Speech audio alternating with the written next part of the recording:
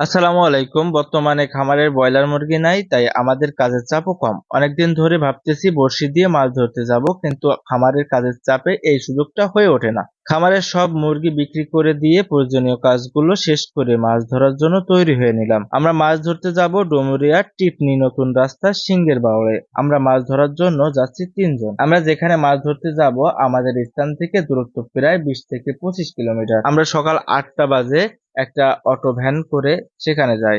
Van থেকে নেমে একটা টঙের দোকানে চা খেয়ে নিই, তারপর মাছ ধরার উদ্দেশ্যে সেখান থেকে রওনা দিই। হাঁটতে হাঁটতে সেখানে যে দেখি অনেক মানুষ বড়শি দিয়ে মাছ ধরছে। তাদের কাছে জিজ্ঞাসা করলাম তারা কোনো মাছ ধরতে পেরেছে কিনা।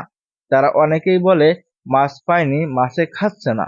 আমরা যেহেতু অনেক দূর থেকে এসেছি তাই বেশি ঘোরাঘুরি না করে তাদের পাশেই মাছ ধরার জন্য জায়গা করে নিলাম। অনেকদিন হলো আমি মাছ ধরতে যাইনি। আগে যে মাছের চার ছিল সেটা দিয়ে মাছের খুঁট তৈরি করে নিলাম। নতুন কোনো চার আমরা কিনে নিয়ে আসিনি। এখানকার পরিবেশটা অনেক সুন্দর। খামারের কাজ করতে করতে একটু বোরিং ফিল করছিলাম। এমন সুন্দর একটা জায়গায় এসে মনটা একটু হালকা হয়ে গেল।